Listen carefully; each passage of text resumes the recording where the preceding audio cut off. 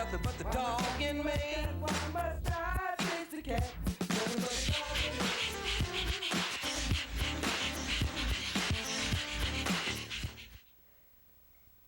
Good evening, welcome to Posse Presents, and here we are another Saturday night. It's already dark outside. That's just too depressing. Pretty soon it's going to be really cold outside. That's going to be even more depressing. And it's going to be the perfect weather to keep your animals inside. New laws are in effect, so you have to. Anyway, I'm going to start tonight with something that I read this afternoon. Another Craigslist horror story, folks. Keep putting those animals out there on Craigslist and see this stuff keep happening. In Athens, Alabama, a man was charged with 22 counts of cruelty.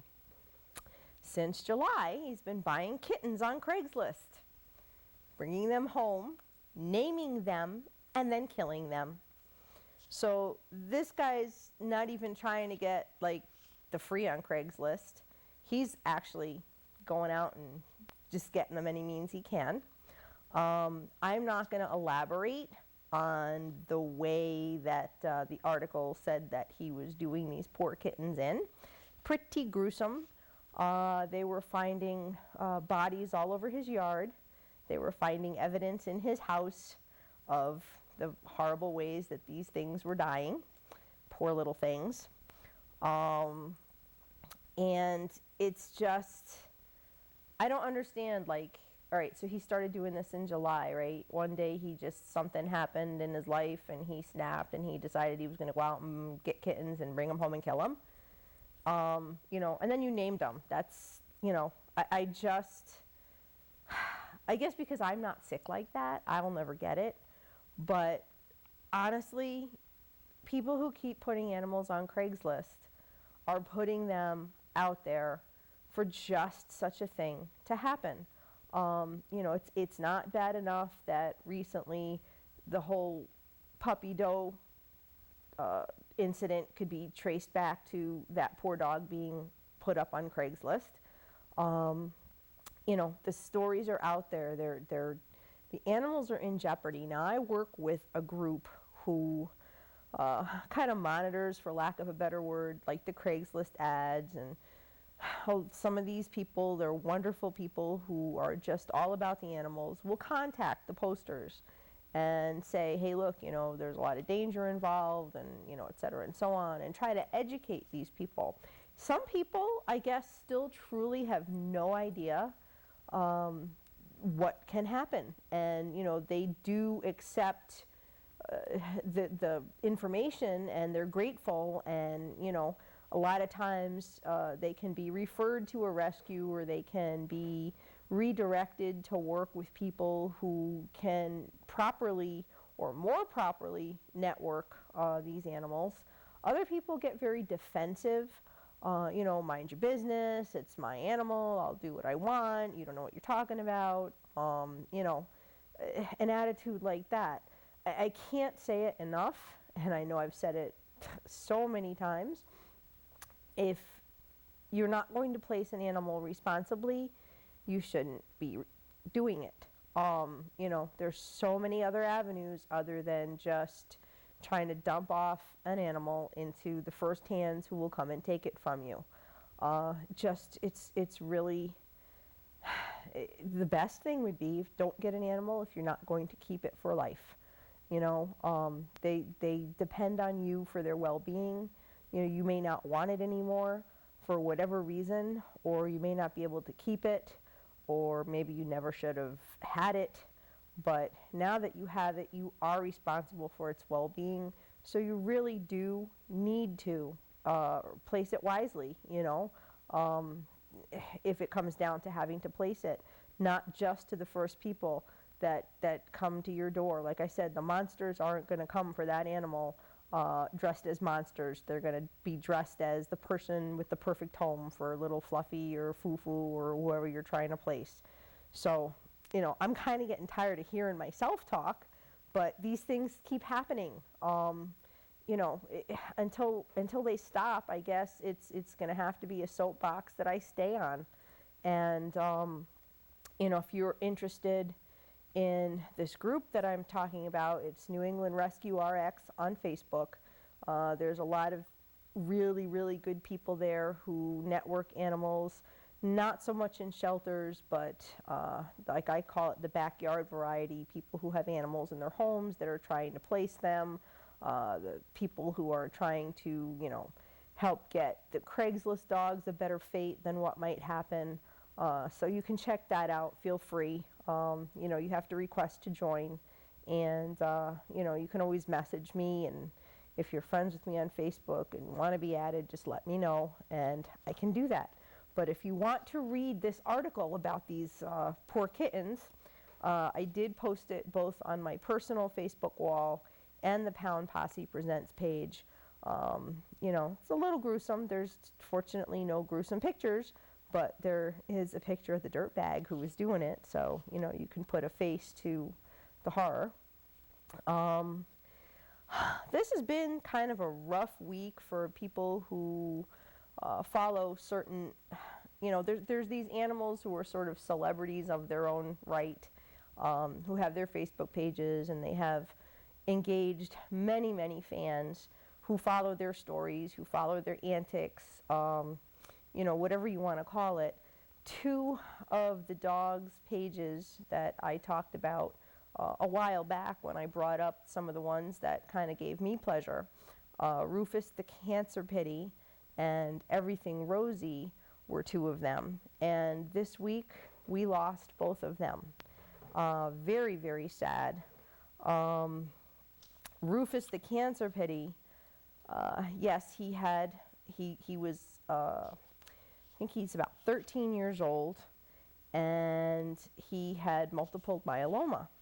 Now, he's been fighting that since last year, I would say, from what I read. Now, multiple myeloma is a rather difficult cancer. It affects the plasma cells that are present in the bone marrow. So, it's not, isn't that what Dr. Mel had, multiple myeloma, if you remember Dr. Mel, the weatherman? It's amazing how a lot of these things that we think of affecting people affect animals as well, and kind of that's going to be a little bit of a thread on this show tonight. But poor Rufus was fighting it, and he'd given it a really good fight. In recent months, it's been harder and harder for him for his mom to get him to eat, and he's been going through some difficulties in the last couple of weeks. He'd been in a decline. Zach, let's get those pictures of Rufus up. One of them was from the last time I talked about him, and there he is. It was always a big thing when his mom could get him to eat and eat fairly well. And of course he was eating, he was down eating baby food and stuff like that, because it just really wasn't happening for him too well. He always wore the cooling vest, and he was home on chemo and IVs and all kinds of stuff. But this was their goodbye picture that they posted this week. I guess he had a really, really, like I said, he'd been in decline the last couple of weeks, and he had a really, really rough weekend. And his mom kept her promise not to, try to make him go any farther than he had to and be uncomfortable. He'd become incontinent. He'd lost use of, a lot of the use in his back legs. He was just very, very clearly uncomfortable. Again, in the last weeks, he was whining a lot and wouldn't settle down, and that's a clue that he's getting there. It's time, and it's not fair to let them suffer. Primarily because you don't want to let go. And in that picture is his sister, Sienna, who is also known as Girly, and a lot of their antics were focused around, Mom giving Rufus a treat or trying to get him to eat, and Sienna there trying to lap up the crumbs and steal his treats, and it was a whole day-to-day thing And I guess they did bring Sienna to say goodbye to Rufus, and she really reacted. And so it's not like animals don't know, folks. They really do. And, you know, apparently Sienna's been very clingy since that happened, and she is in mourning as well. You know, animals grieve. You know, they really, really do. And I saw that firsthand when Kelly, who was the matriarch of my pack for so many years, when we had to say goodbye to her, my guys were just not the same for a while. You know, they grieved right along with me. But anyway, if you want to check out the page, catch up on the backstory, offer your condolences, whatever, the page is Rufus the Cancer Pity, and that's right there on Facebook. All right, Zach, the next one that we lost later this week is Rosie from Everything Rosie. You can put her up. Yep, there we go. Rosie was rescued from a hoarding situation. And I did talk about her before. She's an inbred Chihuahua, and she had many, many obstacles. She had probably, well, she had congenital defects galore. She had fused bones, scoliosis, a compromised immune system. She didn't have a whole lot of hair. Her skin was very, very thin, so you know, when she was out and about, she was always wrapped in blankets, and she would have little outfits on because, you know, her skin was so thin that it would break easily, and, you know, her immune system just couldn't fight an infection. You know, an innocent little cut can turn into a huge infection. She'd had some surgeries along the way. Her jaw was kind of like, I mean, you could see her jaw was really malformed, and her teeth were a hot mess. So I remember reading back when I first found her page that, you know, they'd done some work to her jaw. They'd done something with one of her legs. You know, she was just such a little wonder, you know. I mean, if you think about how she must have survived the first portion of her life in this hoarding situation. You know, apparently she moved around like a little crab when she could move. And, you know, she was just probably like swept under the carpet. Nobody wanted like anybody to see her, I'm sure. They didn't know what to do with her, and she definitely landed in the right hands. Zach, you can put up the other picture. This is the picture that some of the posts about her passing were made with. She loved to snuggle. She loved to cuddle. She looks pretty comfortable there to me. But unfortunately, recently, Rosie had surgery because she had an infected, I believe it was a salivary gland, and it caused some great concern to have to put her through surgery again. You know, it was very swollen. The pictures on the side of her neck, you could very clearly see it. But after that, you know, she seemed to be doing all right, but she developed pneumonia, and it progressed very quickly because her trachea was so malformed, and she passed, I want to say, like Thursday night. So we lost Rufus on Monday and Rosie on Thursday, and the post about it came out yesterday, and Rosie was only 3.5 years old. So she was very, very young. You know, she was on the opposite end of Rufus as far as age goes. But she definitely landed in the right hands. She was pampered and loved, and, you know, it seemed that her mom really learned to understand, you know, Rosie's signals and how to work with her and handle her and make her happy, which is really wonderful to see. I'll take the camera back, Zach, for a few seconds here, or minutes, or however long it takes me to decide I want to flip it. This was kind of a strange week to lose Rufus and Rosie, because we marked actually the 11th anniversary of me having lost my Daisy. And, you know, that's always a hard one for me, even after all this time. You know, Daisy was an autoimmune time bomb, unfortunately. When I took her in, she was 6 or 8 weeks old. She was just a little tiny thing. And, you know, there was no way to know, for the way I got her, where she was at with her vaccinations, you know. And, you know, sometimes you can get into very heated debate with people over vaccinations and whether to vaccinate and over-vaccination and which ones to do. But, you know, if you're going to do it if you're going to start the puppy series and you don't know where you're at because you don't know the history, you start over. So whether if there was any, because I don't know, if there was any duplication, it could have overstimulated her. She could have just been that dog that shouldn't, you know, that shouldn't really have had all of the vaccinations that she had. You know, it's hard to say what overstimulated or caused her immune system to be the way it was. Daisy, in the course of her life, I mean, she was 9 when I lost her, so we had a pretty good run, and it's hard to believe that she's been gone longer than I had her, and, you know, I still hurt over it. But in the course of her time, she had lupus.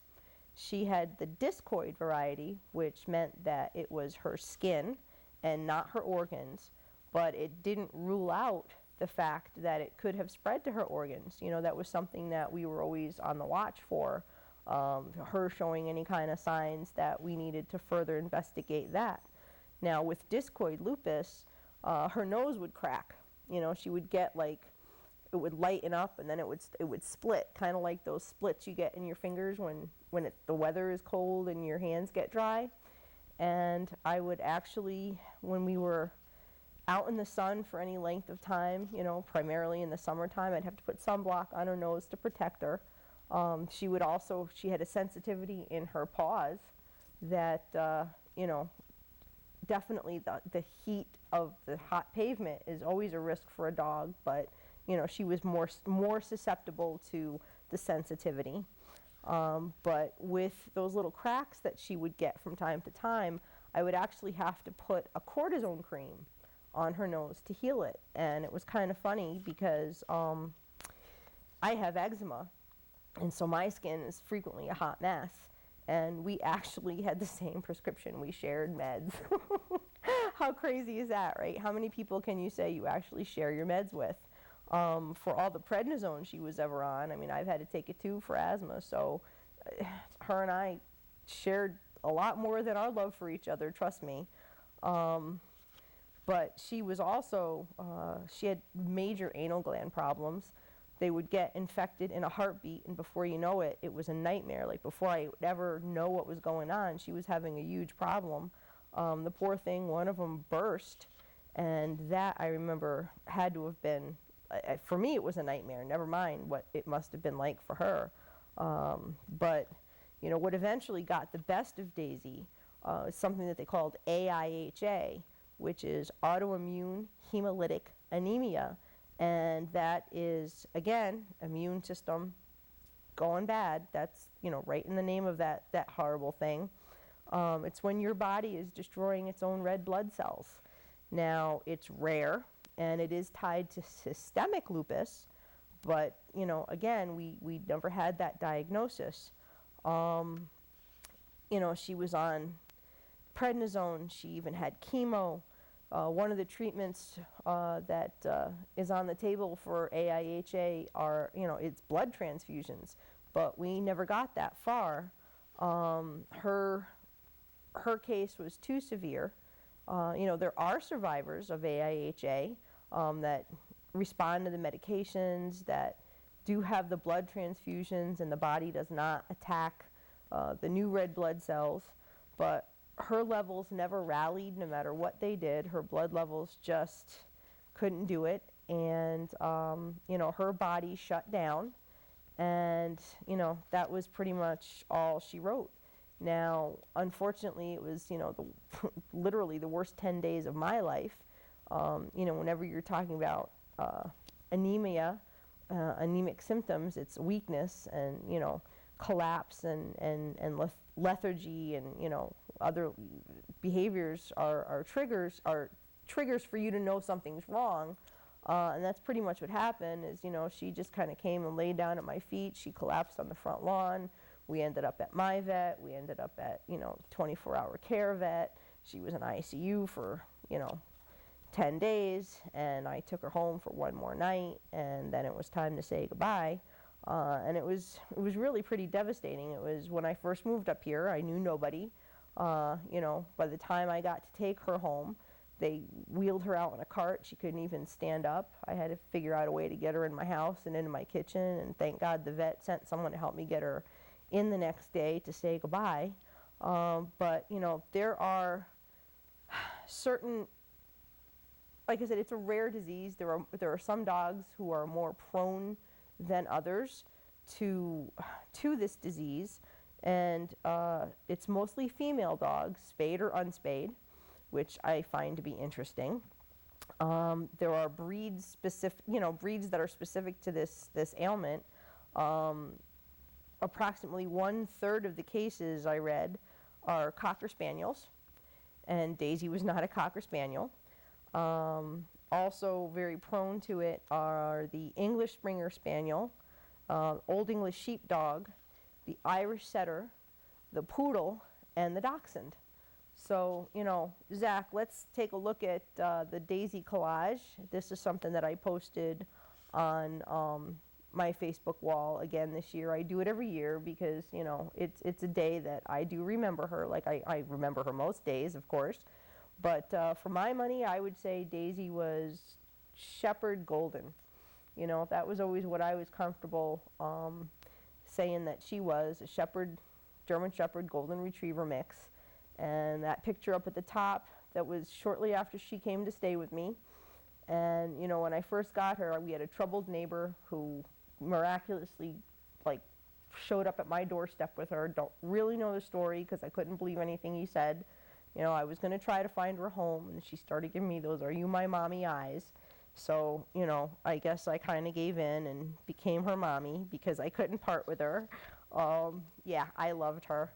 And so, we had a lot of adventures. We went to Cape Cod, we went to New York City, we went to Vermont and New Hampshire. She loved the beach. She went on a whale watch. She used to see that picture where she would go see Santa every year. She let me put things on her head. She has her little antlers there. She was just a pretty cool dog. For a while, it was just her and me, and we got to do a lot of stuff that, when you have one manageable dog, it's easy to just go do. Her shining moment, almost, there's the play on words there. Zach, let's have the other picture. Back when a particular book came out, we went to New York City for the second time, got to meet this gentleman. You may recognize him. That's Stephen King. We camped out waiting for our place in line. Daisy was she was the event's mascot. I was going to be away from home for far too long to leave her, and I called ahead and made sure I could bring her. And she was allowed in the bookstore. She was allowed at the reading because he read from his book. And when I went to have it signed, he actually inscribed it to both of us. So that's something I will always have. Stephen King inscribed his book to, Daisy and me. And so that's a pretty cool thing to remember. And the really funny thing is, and yes, I am standing next to those two. You can see my hand in the leash, and I was holding up the book. But I was enormously fat in that picture. Nobody gets to see that. So I have it very nicely cropped, and it's Daisy's moment. And when I walked in the area where he was signing, he acknowledged me, and he was immediately on his hands and knees playing with Daisy. So how cool is that? She had no clue, but it was a really special moment for me. So yes, we had a great time, and it was a good run, and I will miss her forever. She was a one-of-a-kind dog. Back to the part about the AIHA, I found when I did first lose her, and I'll take the camera back, Zach, When I did first lose her, or when she first got sick, I was very busily searching for information on the internet about the disease, and I think a lot of us find ourselves, we'll do searches to try to, like, understand what's happening, and sometimes that can be a hindrance because you get too much information, and something that's really mild, you all of a sudden you've got it being a fatal case of it, whatever, the hypochondriac syndrome, But I did find a really lovely website, and I had been in contact with the woman who put it up. It's called Misha's Hope, MEISHA, Misha's Hope. And I did post a link to that on the Pound Posse Presents page and my own wall. If anybody is going through this with their animal, it was a nice little group page, a nice little page. The woman was great. Misha was a dog, or is a dog, I don't know if Misha's still around, who was diagnosed with AIHA, and she did survive. And this woman actually put together this page to try to help, bring people together and educate and support. And, she was really nice. I emailed her a few times, and it was pretty cool. But anyway, we're kind of counting down. Not sure how much more time we have, but I just want to remind everyone that if you have any pictures of your pets, Halloween themed, any kind of costumes, any kind of anything that would be entertaining, email them to me at pawprints713@aol.com, and I will put them on the air on the 26th of October. Clearly it may not be this year's Halloween pictures, but it could be Halloween's past. Those are those things that we love to remember, torturing our poor pets, putting them in costume. But I will air them. Let me know your dog's name, age, any information you'd want me to know. It doesn't have to be only dogs, can be cats, any kind of critter that you can dress up. And I will be happy to roll through them and give a little bit of detail about your animal on the air that night. Anyway, I think we're just about there. And I will say, as always, peace, love, and dogs. Until next time, thank you everyone for watching, and good night.